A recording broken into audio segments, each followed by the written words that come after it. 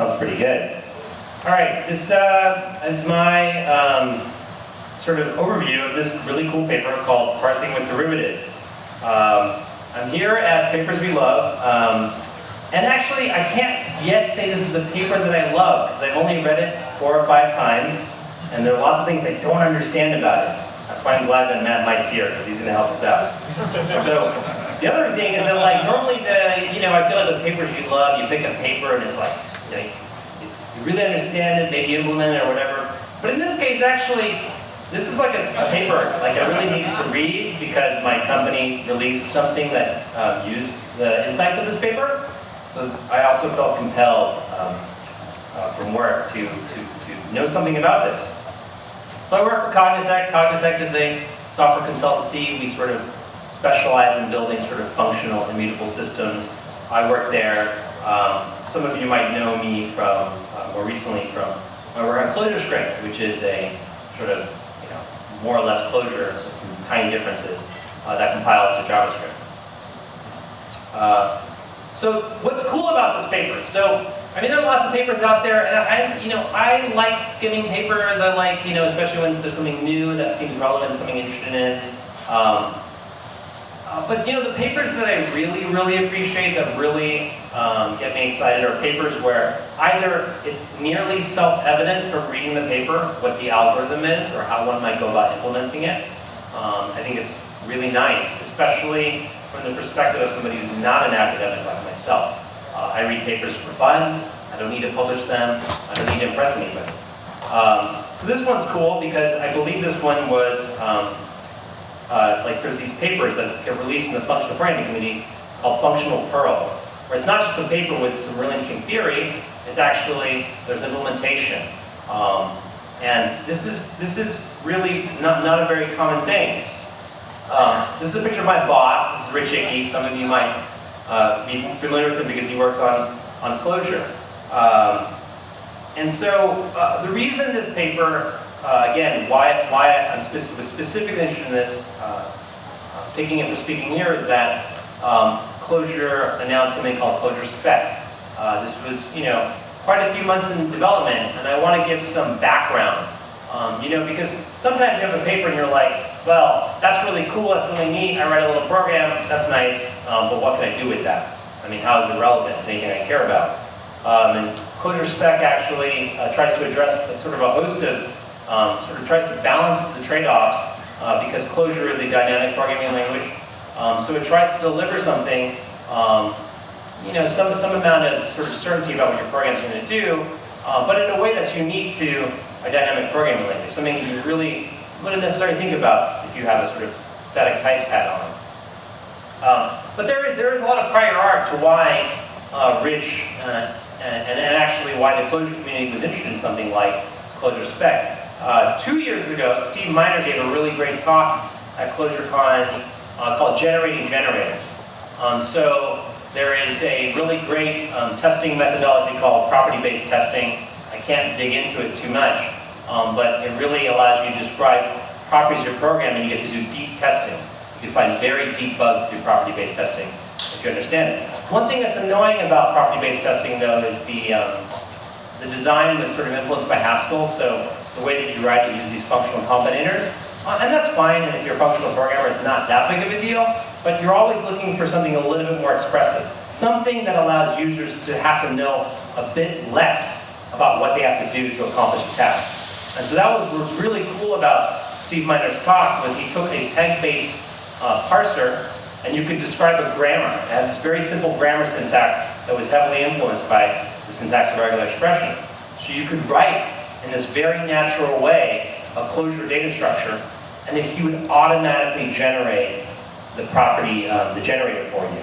So he would use what we call test check, which is our property-based testing system, to generate data that matches a particular shape. Because that's one of the most, I think, challenging things to do when you have a sort of complex data shape, is writing the generator for it. And now you have a DSL, and it's a really great fit. It's a declarative DSL that sort of maps how you think about Clojure data.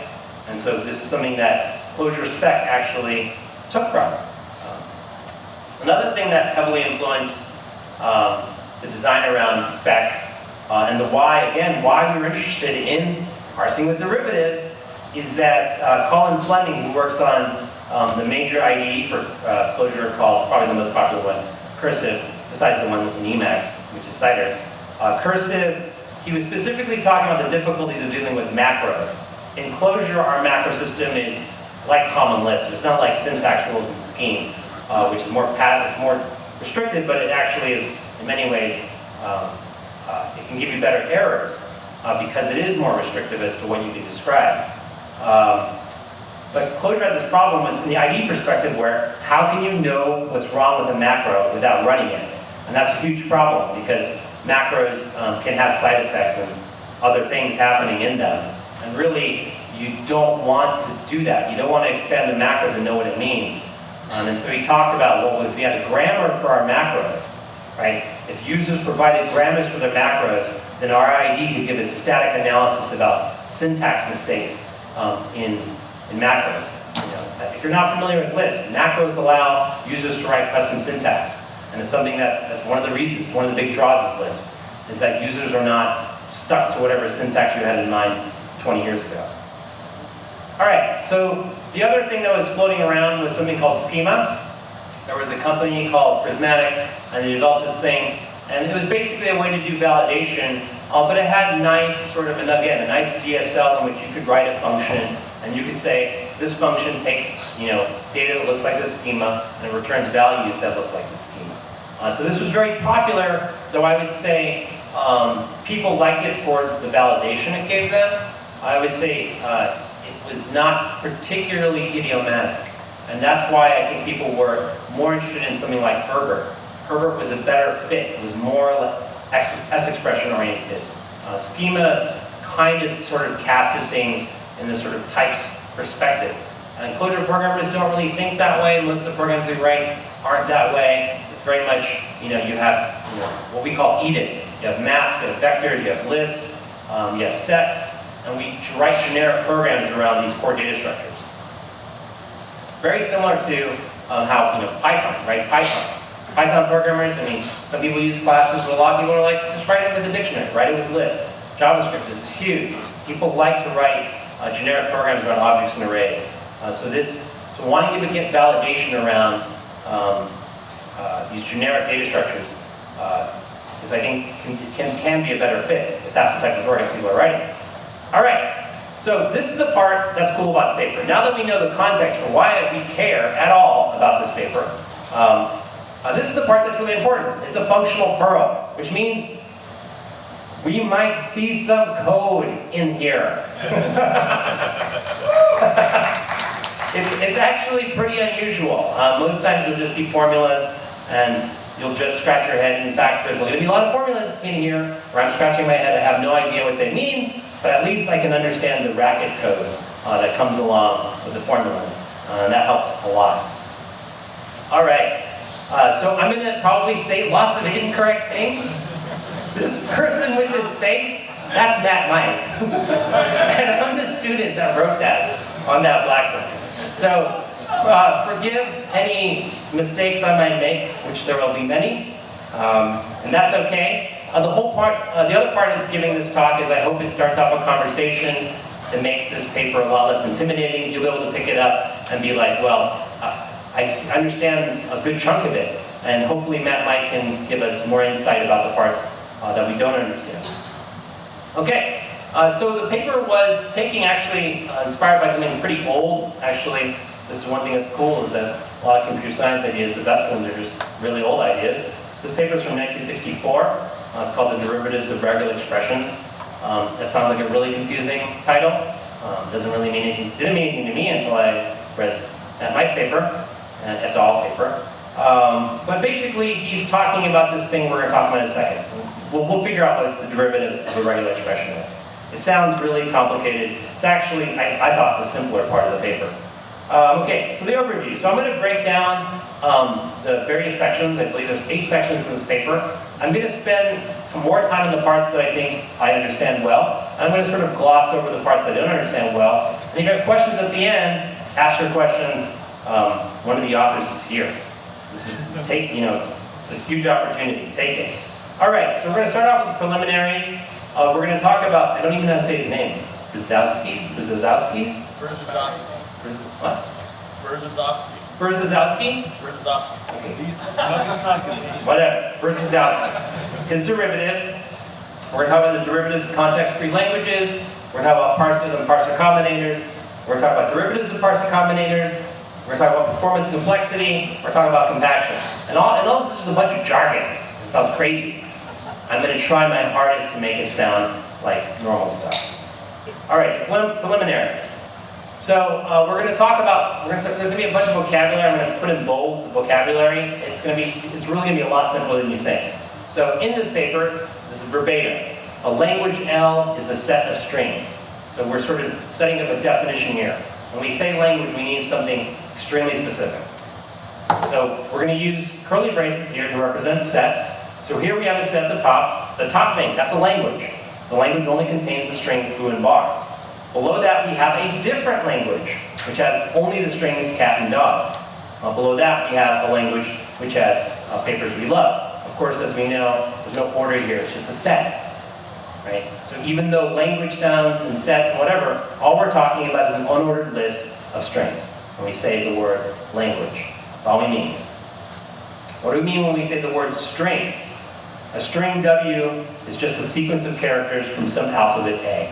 So in almost all the examples that I'm going to show, we're just talking about the English alphabet. I'm not going to be anything crazy here. Okay, so now that we know what languages are just sets. There are two typical atomic languages. The first one is called the empty language. It has nothing in it. It's just a language with nothing in it. Does that sound complicated? Raise your hand if you're confused by that. All right, only Matt Vice. We're in trouble. And then we have the null language, which we represent with, I don't even know what this is. Is it what, small epsilon or something? What is it? Okay. The null language, and it only contains the zero length string, right? The blank string, the thing that drives you crazy in JavaScript because it's false. All right, so we have our two languages. These are both very important. We need them to basically get anything done.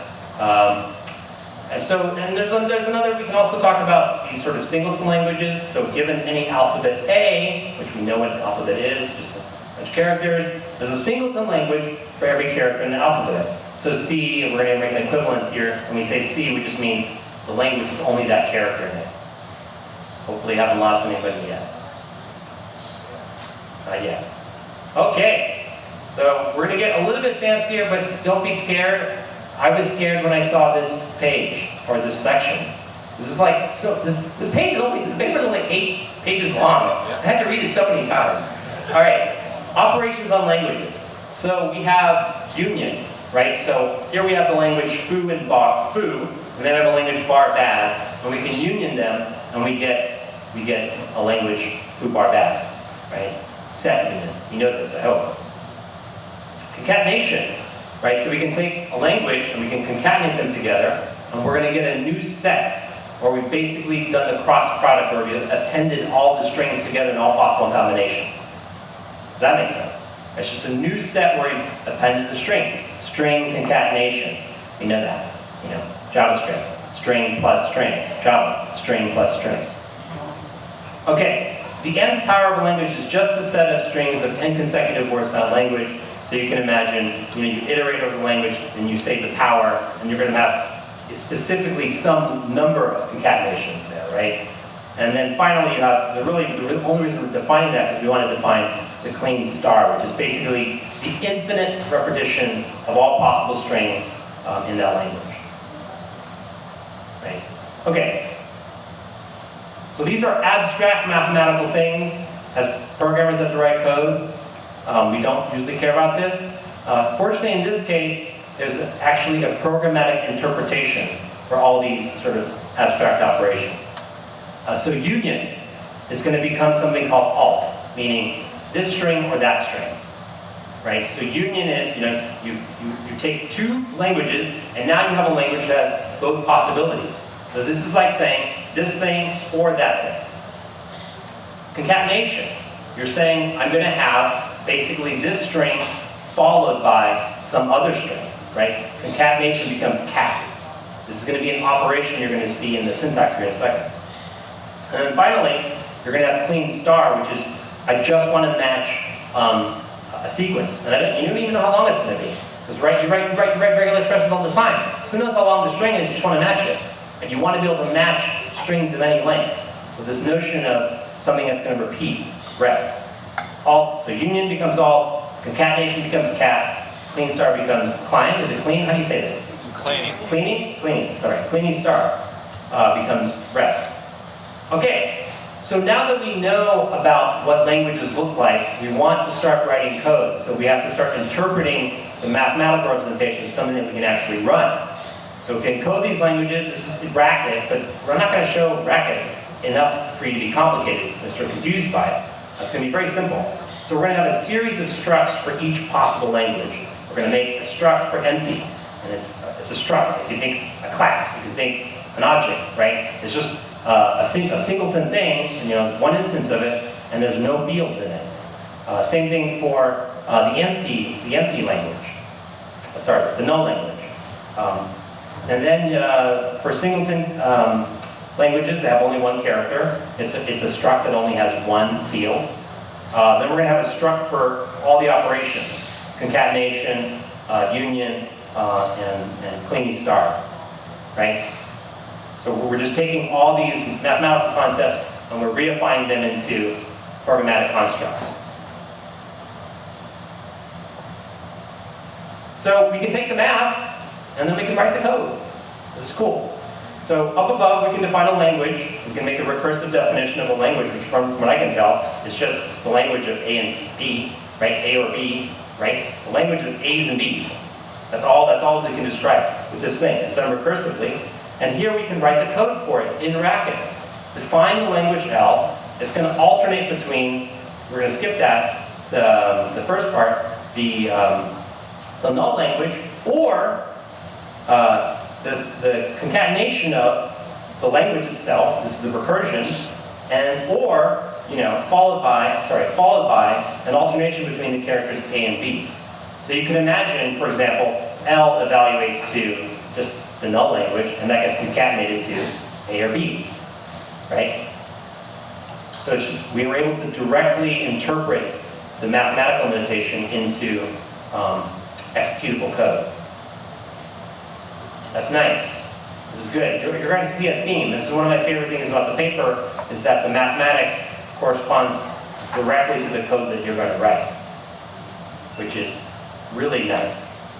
Okay, so those are the preliminaries, and now we can sort of dig in. So somebody actually came up to me before the talk and said, please explain the derivative. And the derivative I thought was one of the easier parts of this paper. We'll talk about, I think when we get to parser combinators, it gets more complicated for me. The derivative sounds complicated, but it's very simple. The derivative of a language L with respect to some specific character C is a new language that has been filtered and chopped. And we're going to write this D, the character we're talking about, L, DCL, right? The derivative of the language with respect to C. So what does this mean? What does this mean? So here we have a language foo bar baz. The derivative of that language with respect to B is we eliminate all the strings that don't start with B, and then we remove B from all the strings that match. That's all that we're saying. It sounds like a complicated thing. It's an extremely simple thing. We have, foo bar baz, and the derivative with respect to F, the character F. Bar baz don't match. We're only left with the language that contains OO, the string OO. And then, of course, if there are no matches, we're going to get the empty language. That's all. That's literally it. That's all that it is. There's nothing more complicated about this concept, the derivative. But there's a cool trick, because we have the null language, there's a really neat trick. To determine whether some string is inside of a language, all we have to do is take successive derivatives, right? Successive derivatives, one after the other. If the final language is the null language, we know the language had the string we care about. That's all we need. Does that make sense? So if I have a language that has foo, only has the string foo, and I say the derivative with respect to f, well, then I'm going to get a language with OO. And I go the derivative with respect to O. Now I get a language with only the character O. And I go the derivative with respect to O. Now I get the null language, which only contains the empty string. I know I'm done. I have a match. Every trick in this paper is based off this small, tiny little principle. All right. So let's make a recursive definition of the derivative. We're going to look at some simple sort of results here. For atomic language, it's pretty easy, right? The derivative with respect to C of the empty language is just the empty language. For the null language, it's also the empty language, right? Because there's nothing in there except an empty string. If you have a singleton language that has the character that matches, boom, we get the null language, which contains only empty strings, so we have a match. If it's a singleton character language, and it's a different character, we're going to get the empty language. Hopefully not confused by any of this at all yet. Okay, so now we care about these other operations because we want to do more interesting things. We need to be able to handle union, concatenation, and repetition. Union is really, really, really easy, right? Because we know it's, a union is just this or that, right? So either we can calculate the derivative of the first language, and we just union with the derivative applied to the second language. That's all we have to do. And we union those two things together. This next one, I'm not smart enough to understand why this works, but maybe Matt might explain this to me. But technically, what you can do with the cleaning star is that you can peel off a copy, you can take the derivative of that language, and then you can concatenate it back on to the cleaning star. Why that works, we'll have to ask Matt Knight later. All right, this is a tricky one. I scratched my head. I read this paper, I think, 4 times, and I thought I understand it, but I probably don't. Okay, for concatenation, things get tricky. And I had my own model of what they were trying to say here. So we have to handle the case where you get the null language, right? From what I can tell, and this might have helped if this was in the paper, is that if you try to concatenate, the empty language to some other language, you're just going to get the empty language, right? Because you can't compute a cross product because you have no strings in the first language. So you need to handle this case, right? So when you concatenate in the top, if we know that the language doesn't contain the empty string, we can remember it's concatenation. We can just take the character off the first language. We don't need to deal with the second one because it's a concatenation. But you may have the case where that language is just going to become, you won't have a match and it becomes null, and then that concatenation is also going to become null. Oop, you're screwed. You don't know if the thing worked anymore. So you have to pass on the derivative to the second language, right? If the first one becomes the empty language with nothing in it, you have to apply the derivative to the other language. Does that make sense? Okay. So this was much easier when I started thinking about in terms of code, right? If the first thing just disappears, if it's null, I got to move on to the next thing, the alternative. And because mathematically it's a little bit cumbersome to write it this way, they have a nullability function, and it's just a nice little clever trick. It's a notational trick, right? It's a function that if the language doesn't contain the empty string, it returns the empty language. If it does, it just returns the empty language. And the trick is, if you look down here, right? So on the left side, right? If L contains it, right? The left side is going to disappear, and only the second half of the union is going to matter, right? Does that make sense? If it doesn't, then the right side is going to disappear. Right? It's just a function that allows us to choose between one or the other, depending on whether L1 is or not isn't the null language. Hopefully that makes sense. I see more.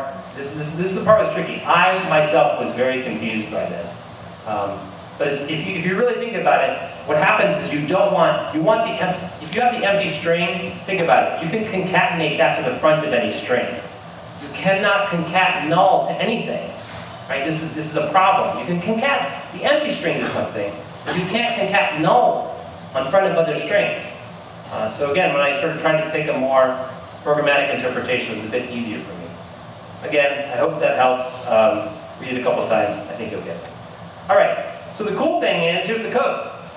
So all these equations that we saw actually convert precisely to code. So here we have the derivative.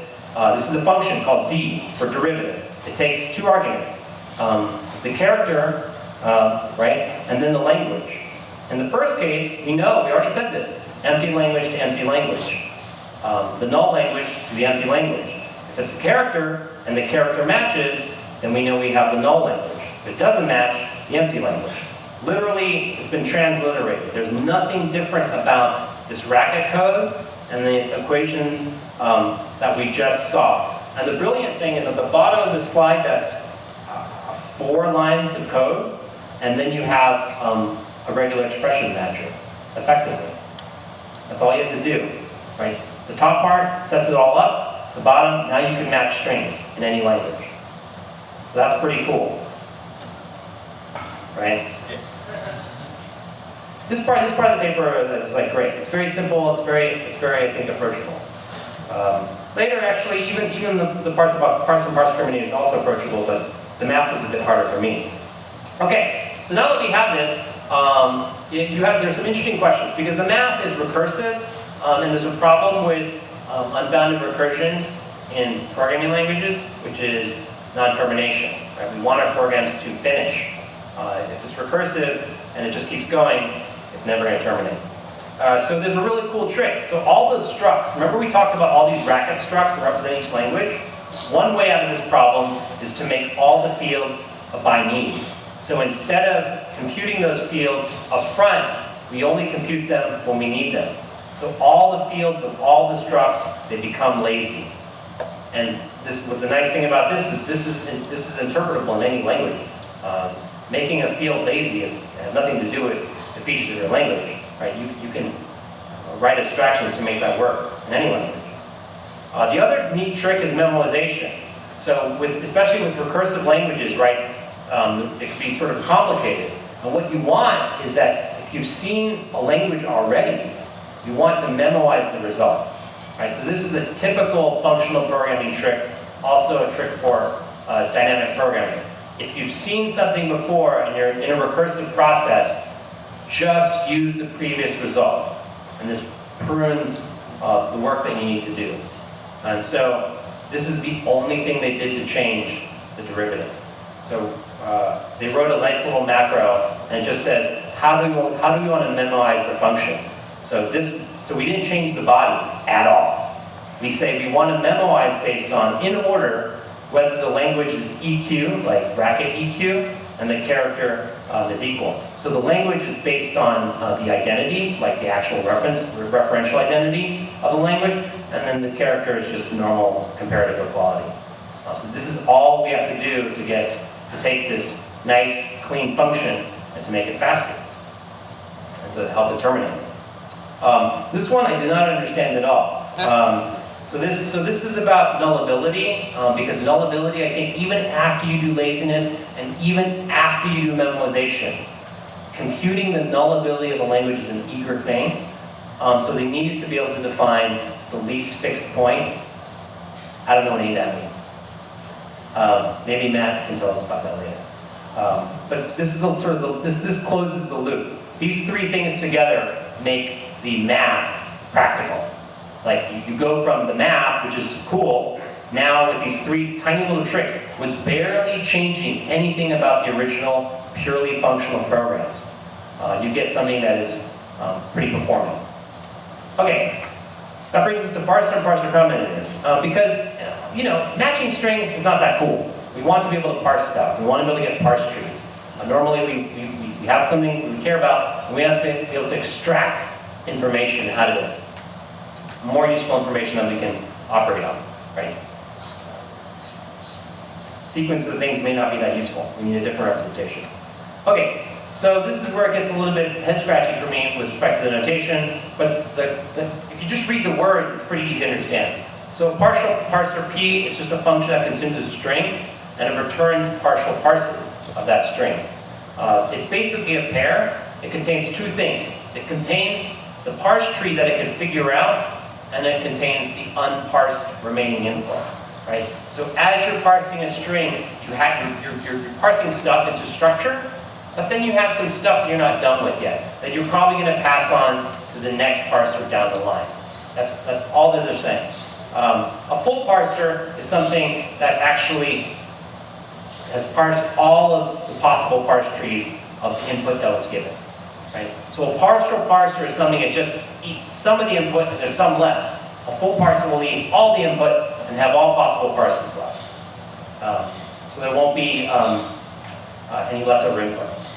As far as I can tell, that's all the equations here are actually saying. All right, so simple parsing. So that sounds heady, but I'm going to show that if you look at the simple parsing, it's quite simple. So what about the character C? Right, these simple languages, we talked about the singleton language C. So what does that look like as a parser combinator? Well, C is equivalent to a function that takes a word, let's say a string, W, right? If basically C matches the first part of the word, it's going to return this tuple, which is the remainder of the word and the successfully parsed character, right? The left side is the C, which is the parse tree. The right side is the unfinished input. And it returns the empty language otherwise. The empty parser, actually.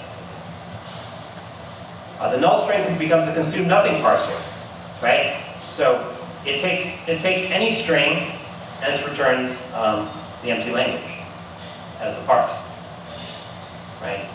And the final thing is the empty set, which is the null language, which rejects everything because nothing can possibly match. There are no matches, right? So we're taking all the set stuff that we saw before and we're interpreting them as functions. Okay. So we saw the derivative with respect to languages. So now we're getting the thing that we might want to use, which are parser combinators. So we want to know that there's an interpretation of the derivative for parsers and parser combinators, right? We don't just want to match strings, we want to be able to parse strings into parse trees. So we want to know that the trick of using the derivative works. So it turns out that it's almost a complete mirror of everything we did for languages. So this should be hopefully not too difficult to understand.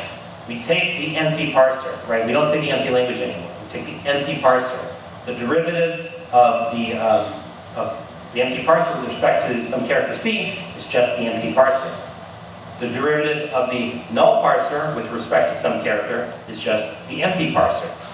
The derivative of the nullability combinator, right? This is this thing that checks whether null exists in some language, is again the empty parser.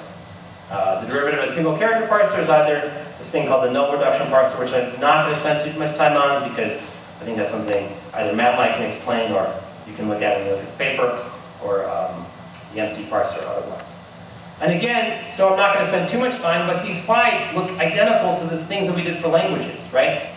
We take two parsers P and Q, right? If we want to combine those into an alternative, it's either P, either we're going to parse, it can parse successfully P or successfully parse Q, right? The derivative of C with respect to either of those parsers is just the union of both the derivative of both those parsers, right? There's nothing different here than what we were doing with languages. Similar for reductions, concatenation looks exactly the same, right? We still need this nullability trick that we saw with languages.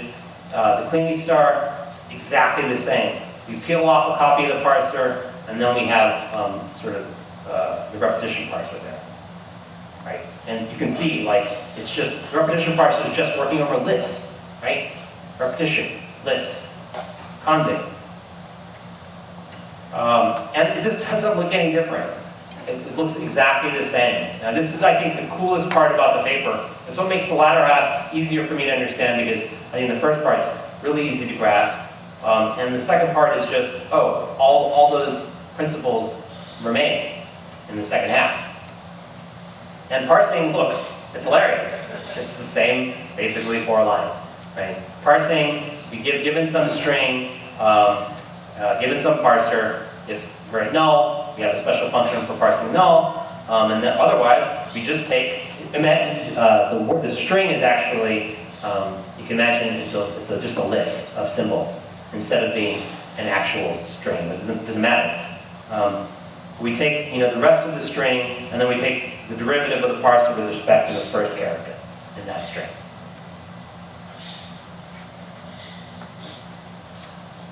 Okay, so there's an interesting story here. As far as I know, Matt Mike did this whole thing for a advanced compilers course because parsers are really complicated. I don't know anything about them at all. That's why I programmed Lisp. Left curly brace, right curly brace. That's all I care about. Or left paren, right paren. That's all I want to know about. But other people are interested in parsing, and what's beautiful about this paper is that it's an 8-page paper. It's a bit dense notationally, but it gives you implementation, and there are a lot of the sort of complications that arise in parsing theory evaporate in this implementation and with this approach. So they were looking for something that they could teach. I'm assuming students in 2 classes. Yeah, they wanted something they could teach students in 2 classes. So they could just leapfrog over parsing theory. So that they could focus on all the other interesting things about compilation. And they published something, or they tried to publish something, and it didn't get accepted. So they just put it on the internet, and then a bunch of people found it and said, this is really cool, and eventually it did get published because it was really cool and it deserved to be published. But people are concerned when something like this comes out, they're like, well, how good is it? When I say good, how good is it? How fast is it? What's the performance? What's the complexity? There's of course this horrible equation in there for the worst case. And it turns out that actually the worst case is true that in the worst case for very strange, weird languages that most people aren't going to write, it's a problem. But there is a way to get out of the problem for many typical things. And they have this thing called compaction. And all compaction is, and I'm not going to dig into it, it's just simplification rules. At each step, you can take the state of the parse and say, this can be simplified, and we can discard things that we don't need. Basically, as you're parsing, you generate a lot of garbage, and this sort of cleans it up. Compaction is just a series of simplification rules for each case. If we're concatenating null, to some parser, or concatenating with the parser to, the empty parser, right? Boom, empty parser. Simplify it. We don't want to hold on to this stuff. Each one of these rules is a simplification. But it really changed the performance of the algorithm.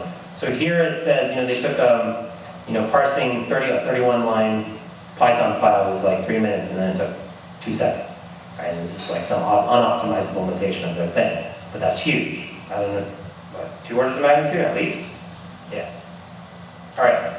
So let me show a quick demo. This is not the clojure version is not precisely the version that's in the paper, but all the derivative stuff is in there. But let's make it concrete, because I've been showing lots of crazy stuff on the screen, and let's just see some neat stuff. Just for 1 second. All right. So I'm going to show spec, and I'm not going to show all the things that spec does, but I'm going to show the part that's inspired by parsing with derivatives. So here we have, we import spec.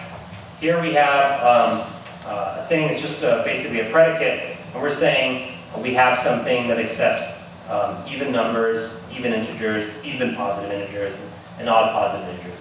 And look here, we see lots of familiar things, right? So S2 is some language, right? And what it wants is that the first thing has to be the number 42. And this is going to return a parse tree, right? We don't want the original input, we want structure. So if we parse 42 successfully, that's going to be labeled as being that element of the structure in the parse tree. After we find 42, we receive 1 or more odd numbers. After that, we're going to take hash math. After that, we're going to take odds and even numbers, right, back to back, and we're only going to take 3 of those. And then there's going to be some extra stuff, and we'll take as many alternating odd and even numbers as we can. All right, evaluate that. I'm going to define some things that I need. And so here's some input, right? Here's some input that we want to parse. But notice this is like typical Lisp input, right? There's no types here. It's just a vector with maps and strings and numbers. There could be tons of stuff in here, right? Anything, just typical structure. Those of you that work on the web are used to this sort of chaos. It's called JSON. So we're going to define this. And then what we want to know is we want to take that and we want to parse it. In spec, we call it conform. We're going to convert this into a parse tree. Boom. Here we parsed, there's a field called 42. You match 42. We have all the odd numbers that we found, right? This is not, do this. Right? We're going to get a different one, right? All the odd numbers that we found our map, we found our odds and evens, and then we had all of our extra input. And now this is, it's in a structured parse tree. So one thing that's really fun about this is that when Rich implemented this and I saw that, we're going to get a regular structure, I was like, so I'd read, there's a really great book by Dan Friedman and Matt Mitch Warren called Essentials of Programming Languages. And one of the very first things they show you how to do is you parse Lisp and you get some sort of AST, but they have this really cool thing called unparse. And so I suggested that this was actually a pretty cool idea. It might be useful for some interesting things. But I can take the parsed AST and I can go back. I can go back to the original expression. So here I'm going to parse it, and then I can take the same language definition and go backwards. We have the original input, right? 42, the numbers, the map, and all the sequences. The other neat thing is that, so I don't have too much time, but there's a really beautiful thing about, I think, the power of this thing, which has, basically, I didn't say this, but this approach has the full power of context-free grammars, right? So you can do really sophisticated things. You can validate very arbitrarily complex structure. But it also allows us, because with this flexibility, like, for example, spec applies to macros, right? People wanted grammars, but actually parsing with derivatives gives us the power of grammars, but it's kind of a better fit for Clojure, being Lispy. The other thing is we can use it for data generation. Remember I said Herbert was this nice, succinct, idiomatic way to say, I want to generate random data that looks like this.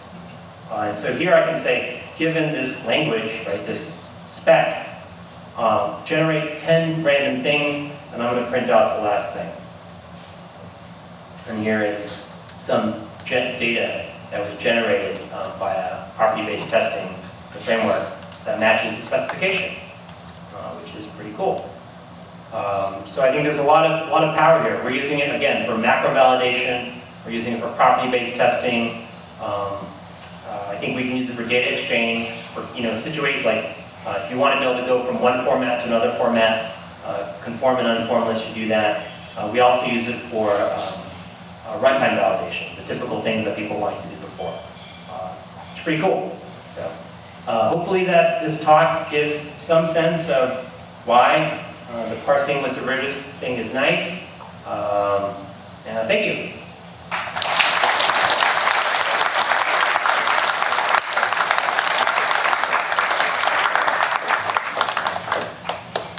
And happy to take questions now, but Matt is here, which is really awesome. So I may just be like, I don't know what you're talking about.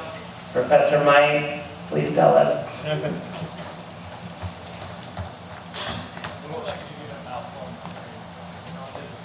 So that's, you're talking about spec in this case. So just so let's be clear. Yes, so the question is, what happens if you give it a malformed string? So let's be very clear. So the way that we do parsing is precisely the algorithm with some tweaks, because there's some properties of it that we didn't need for our particular use case. But Rich went ahead and added the stuff that you would need to explain failures. So for example, if I go up here and I go like this, and then, right? And then you're like, well, that's not useful to know that it's just invalid. So I can ask to explain, and then it says the value 12 fails the predicate odd. And the way that when we're using, because we have combinators too, we're threading context at each step. So when it fails, we know what went wrong. We know what went wrong, and we know where. So if we're inside of a recursive nested structure, we tell you the path into the structure where it failed.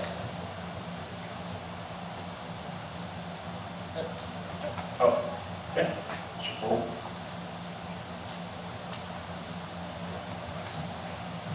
I remember in the lecture there was something about ambiguity in the specs. So like you design a language that's ambiguous in its specs, and it generates various different maps, trees actually, of what was parsed, so you can understand what you did wrong when you spec the language. Did you guys do that? Do you guys have it on Clojure? Is this in the paper? It was in the lecture. It was in the. So so the question was about the possibility of ambiguity and handling ambiguity. So maybe you should say something about that, because I don't know anything about that. Sure. So yeah, obviously, if you can write any context-free grammar, you can write an ambiguous one as well. And you'll notice there's no special handling in parsing through this for ambiguity. It doesn't. You can't even test for it anyway.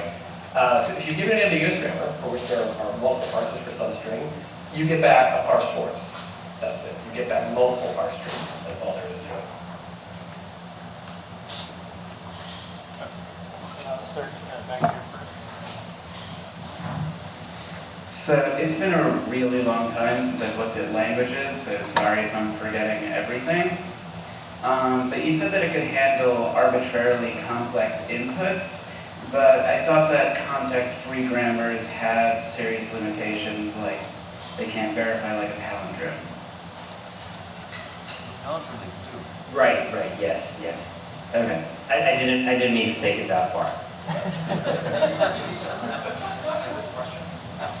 So, a question that extends, I guess, the gentleman's question. Can we push maybe this parser technique or something else to handle more complex, more interesting languages, more expressive? How far can we actually hope to push that? And have you looked into it? Because that matters, right? If you're parsing a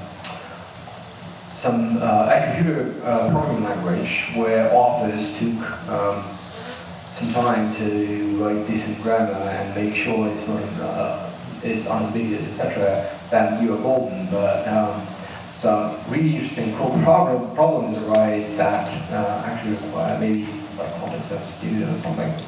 Well, so to actually answer a bit his question, so there's a bit of a difference in the way the spec works, because the types of things that people want to do, they want to have arbitrary predicates about what's happening, like what they're parsing. So even in my case, you can embed arbitrary predicates. Like I can write my own function and I can stick it inside of the specification. There's nothing about the paper that says this is not a good idea. Yeah, if I could just comment on sort of like how far you can take this. So if you look at how you do like matching with the derivative, David got it exactly right. There's really only two things you need. If you can take the derivative of this class of languages and it's still closed, and compute nullability, then you can parse those derivatives. So any class of languages for which you can take a derivative and compute nullability can be parsed with derivatives. That's and context-free languages certainly work that way. You can do varying degrees of context sensitivity. You obviously can't go all the way up to say Turing machines because you can't get nullability for them. But if you can, really nullability is the constraint. The derivative you can almost always compute. It's nullability that stops you from using this technique to parse. How is the performance of this approach in clojure.spec? Because I know, I guess, in the paper, after they applied all of these different optimizations, it still took a couple of seconds to parse a little bit of Python code, which is not terribly practical. And so I don't know if there's something unusual about Python, if it's the significant white space or whatnot that is particularly troublesome for this approach, or if managed to develop some more tricks to make it more performant in the meantime. I mean, one thing to think about is we're not working over strings, right? We're not actually parsing strings. We're just working over S expressions. So for example, like we just look at the token, is it a symbol? We're not going to look at the contents of the symbol. There's lots of cases where we don't look at inside something. So that's why it's fine for things like macro validation. The time to validate the structure of a macro is nothing. It's not what we're talking about. However, people do want to use it for deep validation of data. And there's probably, as far as I know, there's probably lots of things you can do to make it faster. We haven't started on that at all. But it's definitely my impression that there's plenty of headroom to make it faster. Yeah, in fact, you can make it dramatically faster. So we published another paper just 2 months ago in June, which explains about 3 simple hacks that you can do to get orders of magnitude improvements in speed for parsing interface. And it's not much more complicated. And we've got a paper as yet published that will probably take it a few orders of magnitude down even further still, without, again, too much additional complication. So there's a lot you can do to speed this up. So if you're interested in hacks, it's a PLDI 2016 paper called On the Complexity and Performance of Parsing with Derivatives. And actually finally resolves complexity. It's turned out to be cubic, which was a big surprise, and gives these hacks for speeding up in practice. Cool. Mr. Brown. Related to the previous question, and this might have been covered in the paper, I just missed it. The crazy complexity function, which I understand is only in cube now, is n related to the input, or is it related to the complexity of the RAM? N is related to the input. So it's the number of characters in the string.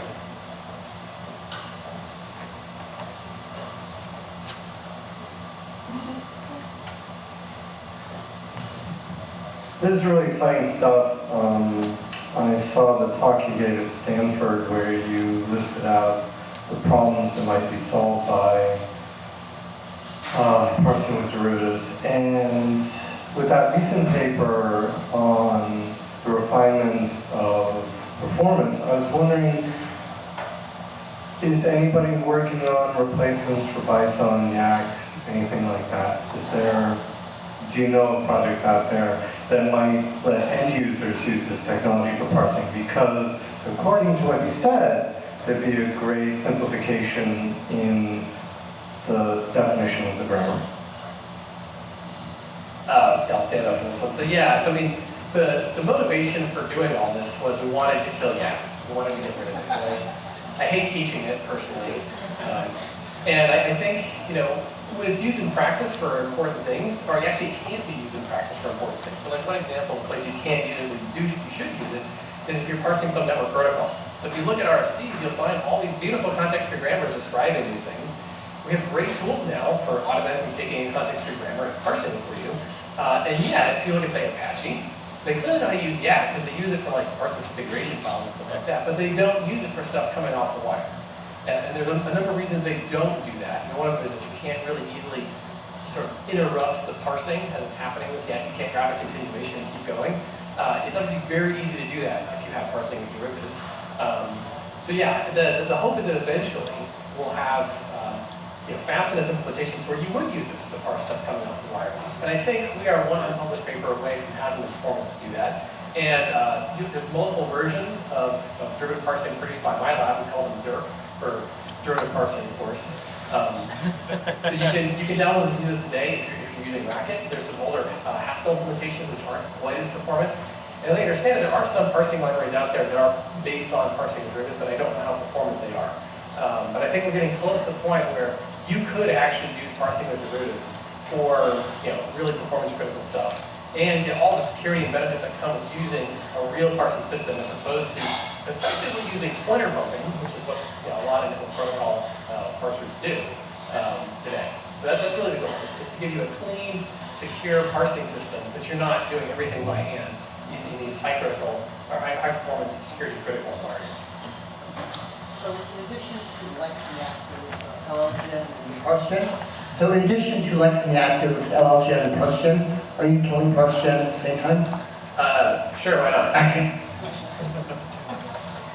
Behind you, Pierre. So this kind of brings to mind other combinator libraries like Parsec and Haskell.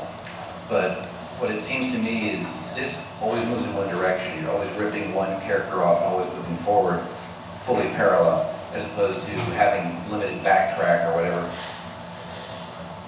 Does the size of how much you're trying to keep going in your union of a language become a dominating factor at any point? Because it can expand a lot, I imagine. Yes, that's a good question. So in theory, you can get large increases in the size of this residual grammar as you keep going. But as David explained, we use this compaction process to shrink it back down. And so we have a graph in the paper that shows that the size of the grammar actually stays roughly constant if you keep it compacted. So you never have to face this issue dragging all this trash over, if you will.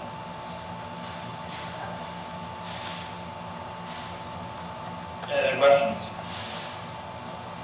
A lot of stuff there. Oh, right there. Yeah, one more. Okay. I'll remember. Is the concept of derivatives something that you guys invented, or the research before that? And what were the reasons that the paper got rejected in the first place? To answer the first question, no, we did not invent the derivative. It's also, there's a more general operation called the left quotient of the language, which is practically the derivative. But it was Brzozowski back in 1964 that came up with this idea of the derivative of regular expressions. And if you take that original paper, it's basically the derivative of any language. If you just take that equational theory and lift it across, he was thinking of regular expressions at the time, but there's no reason it couldn't work as it was defined for really any language. So we said, oh, well, actually it works for context free grammars too. It's three simple tricks. And what was the second part of your question? I forgot. Why was it rejected? Yes. Well, because science is a human process, and there are there's actually a blog post that kind of discusses this. So what happened was, yes, I sent it to a conference called ESOP, and it got soundly rejected there. And I actually went ahead and posted the peer reviews online, so you can read them. They're on a blog post. And you can see why they rejected it. But basically, it boils down to there's no way this works. It can't possibly work. And we anticipated this by submitting an implementation with the paper so that you could just run it and see that it actually did work. So they had all these examples in the reviews that came back like, oh, there's no way it'll do this, there's no way it'll do that, there's no way it'll do this. And when we rebutted it, we said, actually it does. Ran the implementation, showed, look, it actually does everything you said it wouldn't do. And you, the reviewer, could have downloaded and run the implementation and figure this out for yourself. So they rejected the paper. Yeah. Does the fact that you have so many nearly equivalent residual grammars to work over lend this to highly parallelizable use? I'll come back to that in a second. I'm going to finish the story of it getting rejected. So it got rejected, but then this is the cool thing. My grad student, David, actually was an undergraduate student who took the compilers class. He said, let's just put this thing online. So we put it on archive, and it ended up on Hacker News. Oh my gosh, this is crazy. And thousands of people were reading it. So then I did a blog post sort of explaining it and what happened there. And the crazy thing is, so we submit it again, because now everybody knows about it, and people know it works. And we get another set of peer reviews back, and they go, there's no way this works. This is it's way too simple. There's no way this could possibly work. And so our rebuttal was exactly the same as those. We're like, no, look, just run it. Or look at the blog post where we ran all of your counterexamples, and they worked. And they accepted it. So it finally got in. Yeah. And your question was about parallelizability. Yes. You can certainly, there's lots of opportunities for parallelization in the derivative itself. Like when you take the derivative of both unions and concatenation, you get subderivatives. Certainly that could be done in parallel. I don't know if that's really much of a performance bottleneck or if you get a real win out of doing that. My sense is that the overhead of doing the parallelization probably crush any wins you might get from doing it, but maybe it's worth trying. Yeah, can you take the memoizing component and the results of that and carry it over from run to run to make future parsers really fast. You ran it over, a million different input sets, a million different programs. Would that be extremely fast? It's a good question. I don't know that we've really tried to, reuse results between individual runs in the parser in that way. Certainly nothing is stopping you from doing that.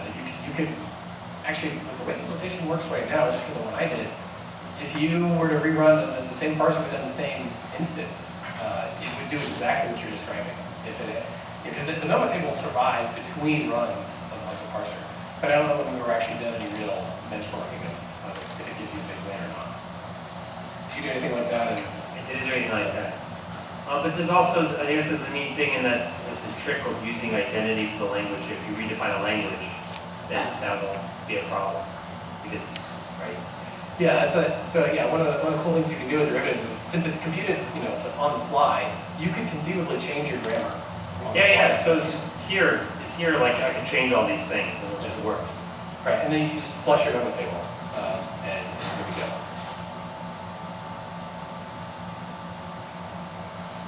Oh, wait, one more way up front. Oh. All right, this will be the last question. Why did you choose Bracket as your implementation language? Because Bracket is the best language ever.